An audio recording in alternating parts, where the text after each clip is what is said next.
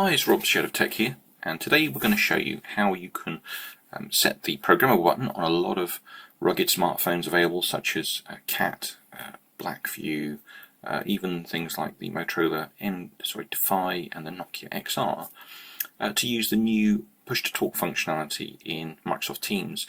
You may have seen yesterday that Microsoft made a press announcement, and they announced the availability of Walkie Talkie function to virtually all Microsoft Teams users, and specifically highlighted the push-to-talk functionality for some devices, including Zebra, but you can do it on other ones such as Unitech, for example.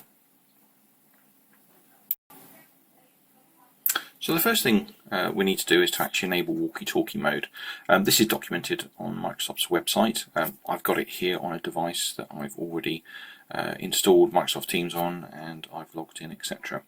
So the push-to-talk functionality in Walkie Talkie, if you tap on here, you can see you get the Walkie Talkie mode up. Is basically press to hold, and this will broadcast your Walkie Talkie function to any other devices on the same channel. So the channel can be selected up here. I've got one called Push to Talk Test, and here we are. So press and hold, that's effectively to talk, release to listen. So this is a similar sort of functionality you get on a conventional walkie-talkie where you've got a button on the side. So on this particular device, which is a Blackview BV9900E, there is a button on the side. I don't know if you can see that. Let's move the phone up, see if you can see that.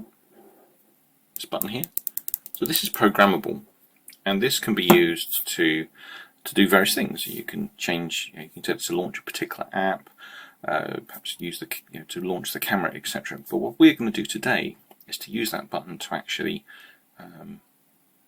be the push to talk button for Microsoft Teams, and that means that rather than going out and buying a really expensive device from the likes of Zebra, etc., you can buy a lower cost device and still enjoy the push-to-talk functionality via a button without you having to tap the screen all the time. You can hold the phone on the side and press the button with your finger.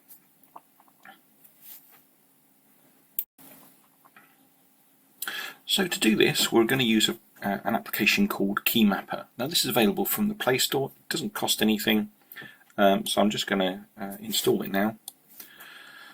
It'll take a few seconds to download, etc. And essentially what this enables you to do is it enables you to capture a key press and then remap it to something else.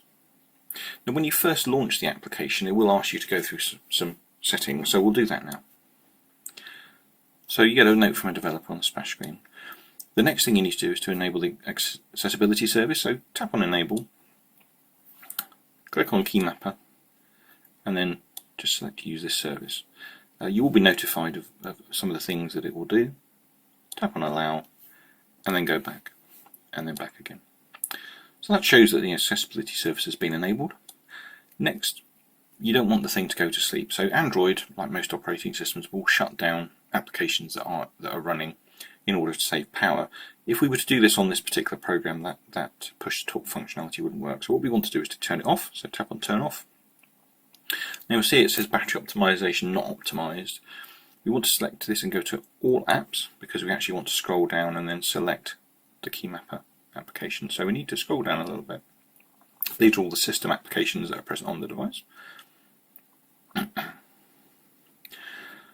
we can just go down a little bit. And there we are, KeyMapper. So we don't want to optimize that. So tap on don't optimize, tap on done, and then go back again. And then just go back again. Launch KeyMapper again. So we can't remap the fingerprint reader's gestures, so go on to next, remapping the volume controls. So we need to access, or we need do not disturb access in order to remap volume controls. We're not actually going to remap the volume buttons, although I will show you how you can use this to potentially do the same thing if you wanted to on devices that don't have push to talk where you want to remap the volume button. So once we've done that, let's go through again. It takes us into the application. We just get a what's new here. That might be of interest if you want to read it, or read the changelog. Once we've done that, we can go on OK. You can go through the quick start guide if you want to, but we're just going to go straight in and do what we want to do.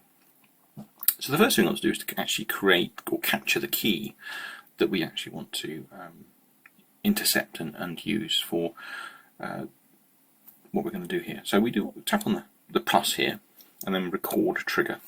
Once you've done that, just press the button on the side. Now the push to talk functionality requires a long press, so actually what we're going to do is we're going to do a long press, and that's going to be what we do. So the next thing we're going to do is we're going to ask for an action. Before we do that, and perhaps what I should have done before, is to go back to the Teams app, because what we're going to do is we're going to take a screenshot, and I'll explain why. So to take a screenshot, you simply press the power button and the down volume button at the same time. That volume there, so there we go. So let's just click on OK, because we've taken everything we want to do, and we'll just go back to the KeyMapper application now. So the next thing we're going to do is we're going to specify an action.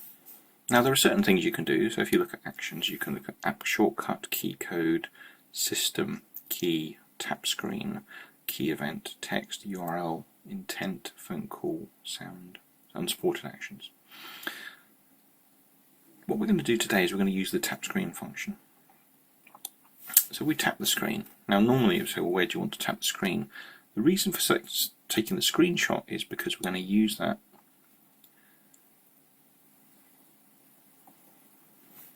to basically select where we want to tap the screen. So we want to tap the screen on the microphone button. Then tap done when you're done. We can put a description in there if we want to, but we're not going to bother.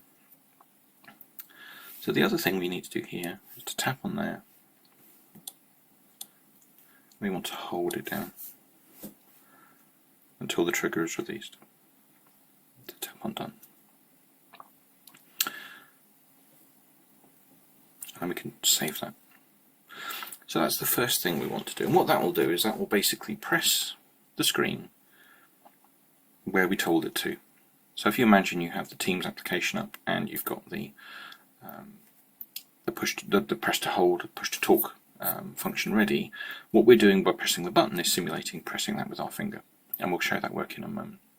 The other thing I wanted to do is to basically record another trigger for the same button, but this is going to be a short press. And what we're going to do here is we're actually going to launch the Microsoft Teams application,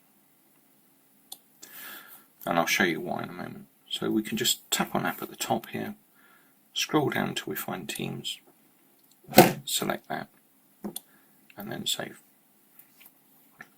So that should be everything that we need to do. So let's see if it's going to work. So remember we had here, so press with our finger.